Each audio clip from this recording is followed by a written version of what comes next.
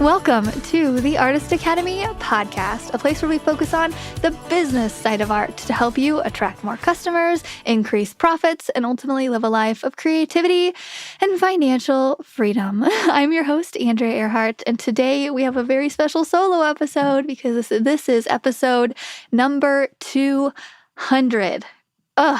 And I have been racking my brain to be like, what am I going to talk about? This has got to be some kind of mega episode. I've got to, I don't know, have some nostalgia with it. Or I've got to, I don't know. And so we're about 5 days before it's supposed to air and it still needs edited. And I'm finally like, okay, I'm just going to sit down and chat about what's on my mind. And I'm just going to start this off by talking a little bit about what the podcast was like, episode 1 through maybe 20 or 30, basically the early days.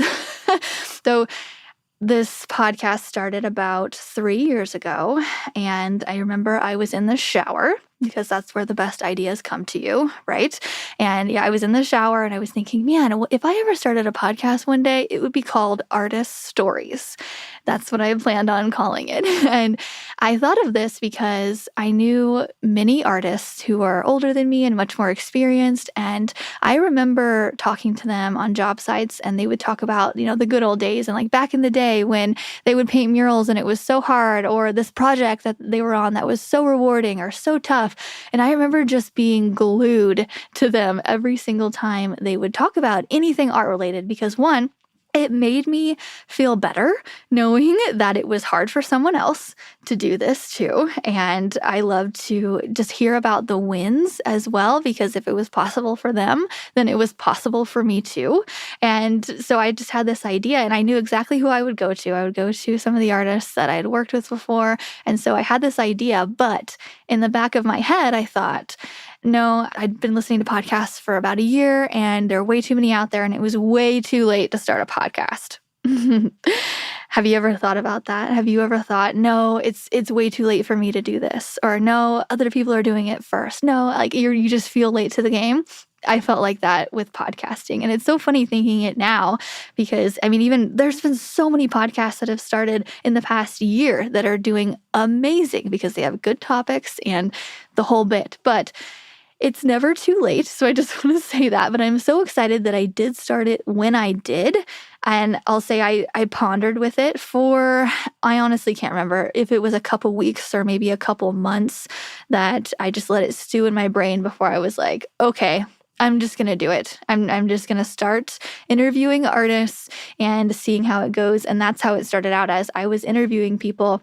Started out with artists that I knew, and I expanded to artists that I knew on Instagram very, lightly. And so are artists that I wanted to meet, artists that I admired, that I would love to have dinner with them and ask them all these crazy questions about how they built their art business, but that would be really nosy and weird. So I'm like, hey, I'll just invite them on a podcast where this is very normal to pick their brain about how exactly they're making money doing this painting thing or whatever craft they did. And yeah, so it started out with interviews. And then I remember, it was maybe 20 episodes in. And I just decided to do a solo episode I remember it was like 5 things that I would do today as an artist, if I needed to make money now. And I think things on that list included things like run a sale. So I would have all of my artwork that was laying around. I would put a big discount on it, or a big sale on prints and whatnot. Another one is I would take a flyer around and I would go to people and I would knock on windows. Another one, I would do some window painting and like all of that. And I remember I put that episode out and I got so much feedback from it, way more than the interviews. And I was like, okay, this is different. So I did a couple more solo episodes here and there, but I called them bonus episodes because I was so stuck in my head that this was an Artist Stories podcast, even though I called it Artist Academy podcast. It's funny how things change, because fast forward to today, I am now, through looking at the downloads and looking at, what you have responded to and all of the things. And I've noticed that solo episodes are on the top of those lists. And so now I do one episode, and then I do a solo episode, and then I just trade back and forth. And that's how the podcast is now. And also just to go back really quick too, I used to I used to do interviews with artists in our Artist Academy Facebook group, which is still up and going and in there. I just don't do interviews in there anymore. I do them on Instagram now, but I did them in the Facebook group, and I did them every Tuesday, and I would just do one every Tuesday, and that was it. And then it would come out the next Tuesday. So I would interview, say today was Tuesday, and then it would come out next Tuesday. And I did that because the only person that I knew who was interviewing artists the way I wanted to do was Dionne Woods. And she had a membership group just like I did. And I was like, well, if she's doing it like this, she called it Art Talk Tuesday or something like that. And so I was like, well, I'm going to call it something similar to that. I can't remember what I called it. It was similar, but slightly different from hers, but like very much like hers. And things like that just reminded me that how in the beginning we see people doing the thing we want to do and we think, well, they have it all figured out, so I'm just going to basically copy them because if they're doing something right, then if I do something similar, then I'll be on the same track, right? And it took me a while to realize that I could do interviews on Mondays or I could do them whenever I wanted. And I didn't have to have the podcast come out on Tuesday. And actually, it didn't really make sense to me to have a podcast come out on Tuesday. I feel like Monday is the start of the week for most artists, and I want to help inspire them. So now it comes out every Monday. And there are also so many things that I don't do with the podcast that are somewhat in the back of my mind, but also I realize that I'm only stretched so far. So things like show notes, taking a transcript and putting it into each podcast episode, and maybe even having like a full landing page per episode that I can send people to, with something to download and, just all of the things that I think would help SEO and help all that. I've just had to, okay, hold on, wait a second. I'm just going to put out one episode every single week for almost 3 years now, which is crazy. And that's all I can do. There's only so far I can stretch myself because I'm not just a podcast host, right? And I think if you want to relate that back to your business as well, what's something that you can do to where if you do it every week, it's good enough and you're showing up and you're doing the thing and you're having slow growth, and that's okay. And that's what I think about with this podcast, because there are some weeks where I don't even mention it on Instagram or Facebook or anything because I'm so busy and I'm like, I should have done that. And then there are some weeks where I mention the podcast episode several times in my Instagram story and I put it, in the Facebook group and it gets shouted, but then others don't. And there's no real rhyme or reason behind that. Not one episode is necessarily better than the other. It's just whenever I have time to do that. And I say this because we were in our virtual meetup recently in the Artist Academy. So every other week we have a virtual meetup to where we all chat, and it's on Facebook Messenger inside of our group. And we had about 10 people or 12 on this last one, and people will just kind of ask questions and we help answer them and help to get some motivation for the week. And we had one member, Julie, shout out to Julie, and she was on there and she's like, hey, I've never been on one of these before, but I have a bunch of questions. And so she just started asking her questions, and I could just tell she was very overwhelmed because she just felt like, she's like, I don't understand. I have to show up and I have to paint all day, and then I have to post something and I have to create a reel, and I have to have all of these different video angles, and then I got to do this, and I have to do and she was just very overwhelmed. And then she even mentioned NFTs too. And it's just like, hold on. Sometimes just showing up and painting that day, taking a quick photo at the end of the day, posting it, saying what you've done for the day, saying, I painted stars in a bedroom today, and posting the photo and calling it good. Sometimes that's all you need. And if you're feeling overwhelmed, like I can easily feel overwhelmed juggling the podcast and the academy and murals and commissions and all the things, I just shift it back and think, okay, what is the minimum amount that I need to do that's still progress and that's good quality, and it's the main thing I need to do, but it doesn't stretch me too far. And with the podcast, it is put out at least one episode every single week. That way, the people who are subscribed at least can can listen to it and maybe they will help me. I mean, maybe you will help me do some promoting. If you really like it, you'll share it and share it with another artist. I don't know. But sometimes just showing up, painting for the day, or if you want to go one step further and instead of doing just one photo. So I think photo is like level 1, right, of promotion. And that's totally fine to be right there. Set your phone on a tripod, take a photo with what you've done today, even if it's not finished, and post it and say, this is what I did today. I think level 2 is taking your phone, putting it on that tripod, and just pressing that time-lapse button to where it's taking a time-lapse video of you painting the entire time you're painting. Guess what? When you're doing that, also, you can then screenshot a photo from that time-lapse. That's what I do all the time. I'll just set up my phone on a time-lapse just to show what I'm doing, and then I'll post that to my story, or I'll post that on Facebook, Instagram, LinkedIn, Pinterest, wherever. And then I'll just put a quick caption of what I'm doing. There's no big, long caption. I'm not taking multiple videos to then edit them together and make it amazing.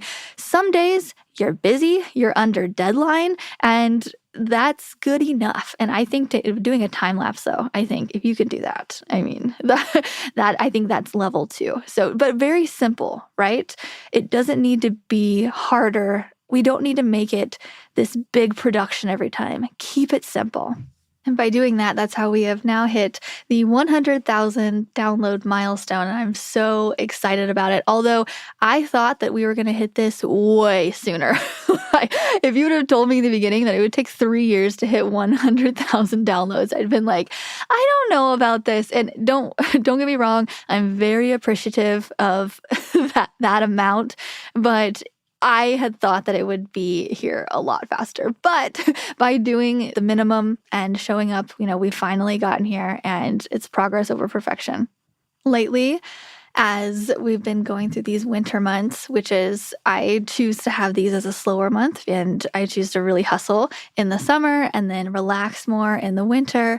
I don't know. I just really like staying inside where it's warm and just relaxing after a really long year of making a lot of money. And so lately, I had shared that really calming down was kind of hard for me, and I'm always kind of worried, like, oh my gosh, like, should I be relaxing? But now I have been in that calm mode for so long, couple months now, and it's hard for me to kind of get back to that hustle mode. And so it's really got me thinking of like, okay, where do I want to be? Because we can be in the calm mode, and we can be in the hustle and make a lot of money, or we can be somewhere in between. But it's so impossible to find that balance. But where do I want to be? Because by now I figured out that if you want something in life, you can manifest it and work hard for it, and you'll get it. 100%, whatever it is, it will come. So I'm like, okay, stepping back, what do I want? What actually makes me happy with life? And so I'd love to challenge you to think that as well.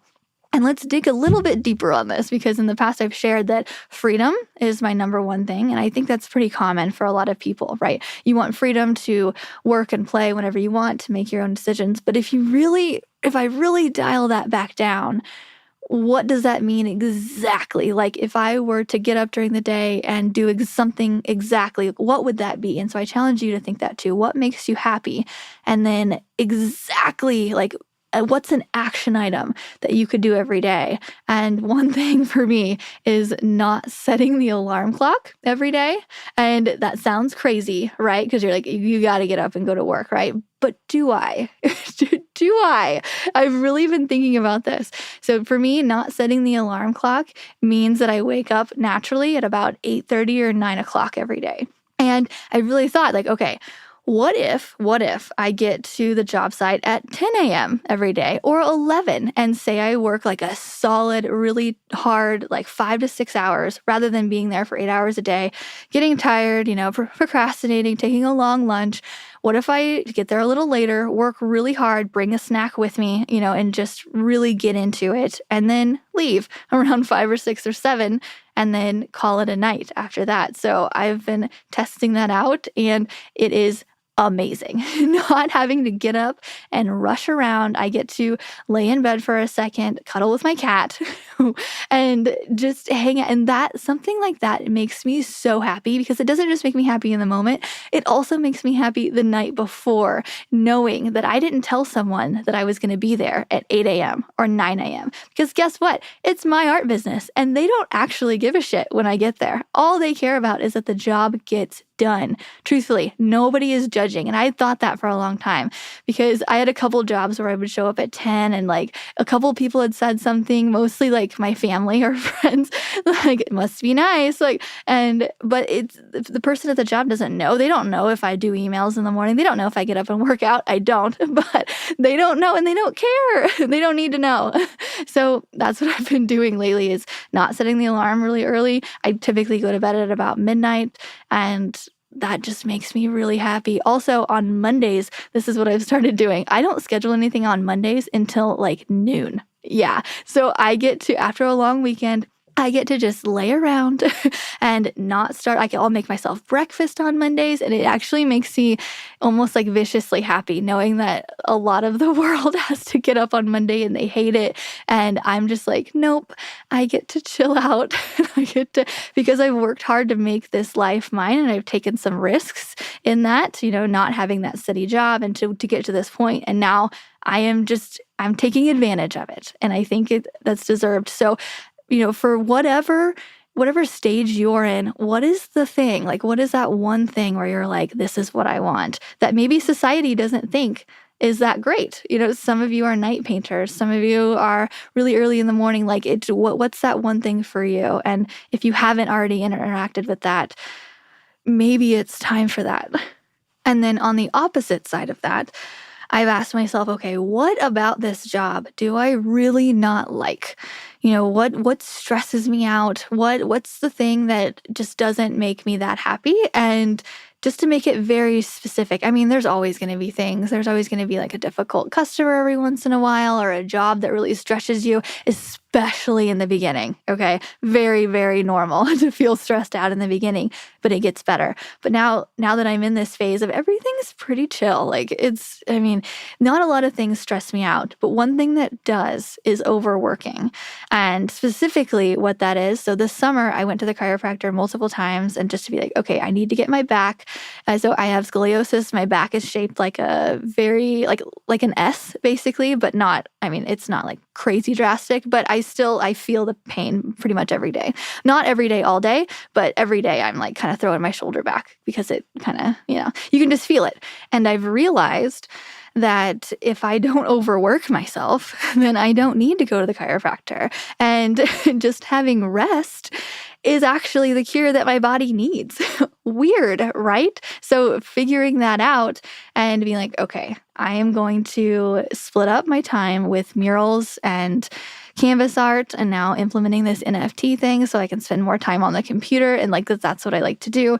And so I'm adding different revenue streams in order to not be on a ladder all day, every day, because it really hurts my back. So that's another thing to where I'm really working to try to learn more about this NFT thing to diversify in order to lean on that a little bit. I'm always going to do murals, always going to do every other thing, but I just don't want to do the backbreaking work, the hustling work all the time. So for you, just putting this back on you, what is the one thing that really stresses you out? And hopefully it's something that you can get over and through time, it will get a lot easier. But is there one thing? Maybe it's working at night. Maybe you're making yourself stay up till midnight doing sketches because you haven't, scheduled that time in your week to do that. And so you're overworking yourself in that way. Maybe you're overworking your brain because you're painting 5 days a week, sometimes 6, right? I've been there. And then you still have to get sketches done. And you're like, wait, when can I do this? And you feel over, maybe it's something like that, just scaling back a day, like to where nowadays, as most of you know, Mondays are my office days. So my Artist Academy days where I'll sit down and do podcasts or sit down and interviews to do for the virtual meetups, chat with students, and just do any kind of office work. So I'll also do a lot of my sketches on that day. And maybe it's time for you to do that. Maybe you can take one day a week or maybe just a half day for the week and be like, okay, in the morning on Monday, this is when I'm going to do this. Or only schedule yourself to paint until noon on Monday, and then the rest of the day are sketches. I don't know. Whatever works for you. And while we're on the subject of hustling, and I was taking notes before this episode, I'm like, what am I going to talk about? I'm like, okay, really stretching myself, like, okay, through 200 episodes of interviewing people and also doing the academy for the past 3 years, like, what is something that I've noticed? Maybe like a broad term that I could share that would maybe help you to not be so overwhelmed or feel like this is the place for you. I want to help ease your mind in some way. And I was thinking, when artists come into the academy and or when I'm interviewing them or just any artists that I meet, they're typically in a certain phase of their art business, and I can pretty much pick it out immediately now. So, tip number 1, when I first meet someone, an artist, I can tell if they're going to make it by the amount of effort they're putting in. Just to be completely frank, if you put in a lot of effort, if you paint every day, if you're doing the things, you're going to get that stroke of luck and it's going to happen for you one day. Don't know when that is, but it's going to happen. So anyway, I digress a little bit on that. So I've broken it down into 4 different phrases or phases of the artist's journey, and I've completely made this up. I've done a little bit of research to find out if there's something out there, and not really. So I've just completely made up this term. But I figured out that phase 1, I'm going to call it the Scaredy Cat phase, because when an artist comes into the academy or I meet them or I talk to them in person, they are scared to death. Or if they come out to a mural site, everybody is so scared to pick up a paintbrush. Like, no, I would like to just maybe watch you. That way, I'm like, no. I put a paintbrush in their hand and we just start going. And they're so timid and it's so cute. Because I remember that. I remember being so scared as a naturally shy person. I get it. Okay. But you're in that Scaredy Cat phase. So I just want to maybe calm somebody if you're listening to this and you're in phase 1 and because you just feel scared of everything. Maybe you hear me talking about being an artist and you're like, yeah, she did it, but like she got in at the right time. It's too late for me. Or you make up all these excuses as to why. Maybe your city is overly saturated with artists and you're like, nope, I can't make it. I can't stand out enough. Like you make up all these excuses because you're scared. You're scared, and being scared keeps you from taking action. And like I said, the artist who takes the most action, you're going to get that luck and it's going to work out for you. But typically, I figured out that in the phase 1, it's people will get so in their head about why they can't do something that they'll try a little bit or they won't try at all, or they won't see results right away, so they'll stop, or they'll pivot really quickly because posting on social media isn't working after 3 weeks or whatever. And it's like, no, just keep doing the things and just show up and do the bare minimum. Okay. So paint every day, post about it, take that photo and do that small caption, and there you go. And then maybe go up a phase.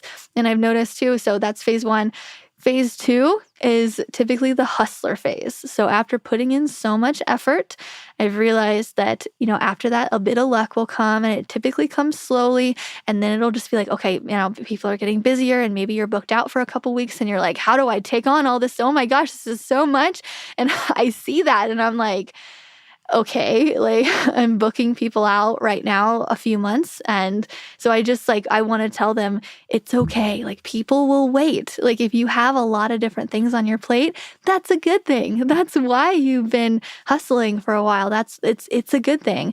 But it's also okay to be very overwhelmed in this hustler phase. In this phase, artists will typically take on everything as well. They'll be like, yes, I can do lettering. I have no idea how to do lettering, but yes, I will try, pet portraits. You'll try a logo. You'll try this and that. You're like, yes, sign me up. I'm still a little scared, but you're in the hustler phase because you started to see the money that can come specifically from murals. Murals are the big money maker. Say you're doing canvases, say you're doing whatever. You started to see the money that you're able to make, and which is more often than not, way more than your whatever hourly job you just left, right? Making, I don't know what, $10, $15 an hour at the most. Now you're an artist and you can charge for your time and you're getting paid to create and you're making better money doing something that you like. And you're like, well, this is way better than my other job. So, and I love creating and I want to build, and I'm finally seeing the long game of like, okay, if I just work, then one day I can charge $100 an hour like Andrea does and whatever. And so you're seeing it and you're getting those little wins and you're in this hustler phase where you never say no, right?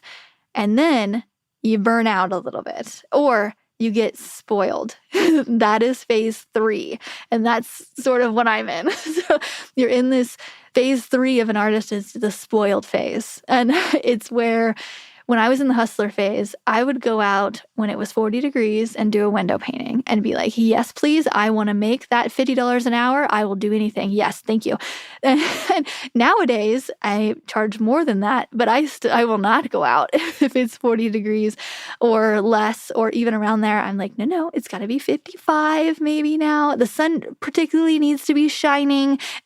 and yeah, you're just a little bit more picky. I'm also pickier about what kind of jobs I take on. If I've prioritized, are they more fun? The more higher paying jobs, you get a little spoiled in this phase. But I also see, which I am trying to mentally keep myself from doing, is artists in this phase can become a little stuck up. Okay, so not to call anybody out that maybe could be listening to this, but I'm just putting it out there for any artist that's wanting to grow their business. If you get in this spoiled phase, do not go in the stuck up phase. And I think it's rare that we look down on other artists. I don't think that's a thing, because we all see that we've been there and done that. And it's just, it's all ours, it's a matter of time. But this artists get in this spoiled phase where I've talked to a couple artists and they're like, I won't even talk to people who are price shopping. And I tell them that. And I'm like, okay. It's just, I feel like they lose a little bit of, I don't know, gratefulness, or gratitude, I guess is the better word for it. But so I'm just subconsciously being like, okay, this is what I've worked for. I am very appreciative of it. And now I'm more putting that towards helping other artists, hiring them on locally and or giving out some stuff. And then phase 4, because I think once you're in the spoiled phase for a while, it can get a little boring, I will say. So because if you do something every day for all the time and there's not anything challenging coming up, you're like, okay, what's the next new thing? What's the next fun thing? What's another way I can make money? And I call this phase the pivoting phase because it's the area where you start to diversify, where your mind is freed up because you're not scared anymore. You're kind of out of that hustler phase. You're feeling a little spoiled. And now you're like, okay, where can my brain be put to good use? And how can I add even more money and revenue streams into my business? And if you're there, I would love to invite you specifically to come in our master's program. I have just started the Artist Academy master's program. I've been talking about it for a while on the podcast of what I was going to do next. And this program is something that, like I said, it's been in the works for a while, but I wasn't even sure how to go about it. And I've just been dragging my feet through it because I was like, okay, it's time for me to pivot a little bit. I was looking for that next new thing. NFTs came up and I'm like, well, this is it. And I was looking for that next new level. And also people in the Artist Academy were asking me for it. They're like, I need more time.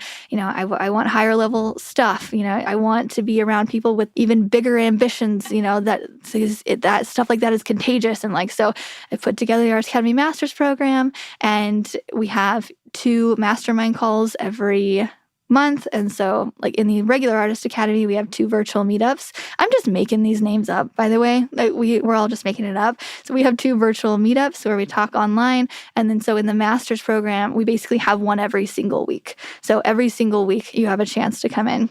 In the master's program, you get everything that you get in the Artist Academy Advanced, plus more advanced content like NFTs. As I've been figuring it out and going through this NFT process and making money from it, which is amazing. It just blows my mind. I've been recording exactly how I'm doing it every single step of the way. And let me tell you, some of the videos of people who have taught me things and things that I've learned, it's mind-blowing, the small little tips that can make such a huge difference. And a lot of these things I physically have to show you. I'm like, okay, you go into Coinbase and you go into all the things. And so that's why I've made videos on it, on showing you exactly how to do it. And so if you would like to join us in the Artist Academy Master's Program, I would absolutely love to have you because this is a more up-level group of people who are either ready to diversify, Maybe you're in that hustler stage and you're like, I want more, or you're in the spoiled stage and you're like, okay, what else is there? Or maybe you're still in the scaredy cat phase if you're like, I need to talk to Andrea one-on-one and I need you to hold me accountable and I need more. So whatever level you're in, we've made that to where you get either more attention, more content or whatnot in the master's group. And yeah, so that's another way how I'm sort of pivoting and adding more to my plate and while also doing all the other stuff. But I'm promoting this for the 10% of the listeners here who you need more, because 90% of the people listening right now, you just need the small tips and the motivation and you'll be like, okay, I'm up and going, I got it. But if you're that 10% of people who need that extra attention, I want to invite you to go to artistacademy.co and just apply. And then at the end, you'll be prompted if you want to join the advanced group or you want to join the master's group. And right now the advanced group is $32 and the master's group is only $15 more than that. Right now. That will not last forever. I'd say in about a few months from now, once I have everything put into the master's group, all of the hiring, all of the licensing, all of the influencer stuff, all the packet on all of the NFT stuff. I've got most of the NFT stuff in there, and then about 50% of the hiring package in there. And as I'm growing it, I'm going to keep it at only a $15 upsell, but it will not stay that for long. So once I have all of the master's level stuff in there, it's going to raise. But yeah, if you would like to go to artistacademy.co and apply, you can choose between the advanced or the master's group and start building your art business even further. I would love to help you out. Okay, that is about all I have for today. I hope you've gotten a little bit from this. And although the main thing is just start simple. Start doing the simple thing. And once you got that figured out, once you're not a scaredy cat anymore about it, like we all are, then move to the next thing. Maybe then try reels and, promote your business that way and just build and build, but just take it slow. It's a lot of the simple things compounding. Me showing up and putting out a podcast episode every single week has now gained to 100,000 downloads, which is nuts. It took 3 years to get here. Like I said, I'm a little shady about it, but okay, that's it. Hope you have a great rest of your week, and I will see you next week for our artist interview.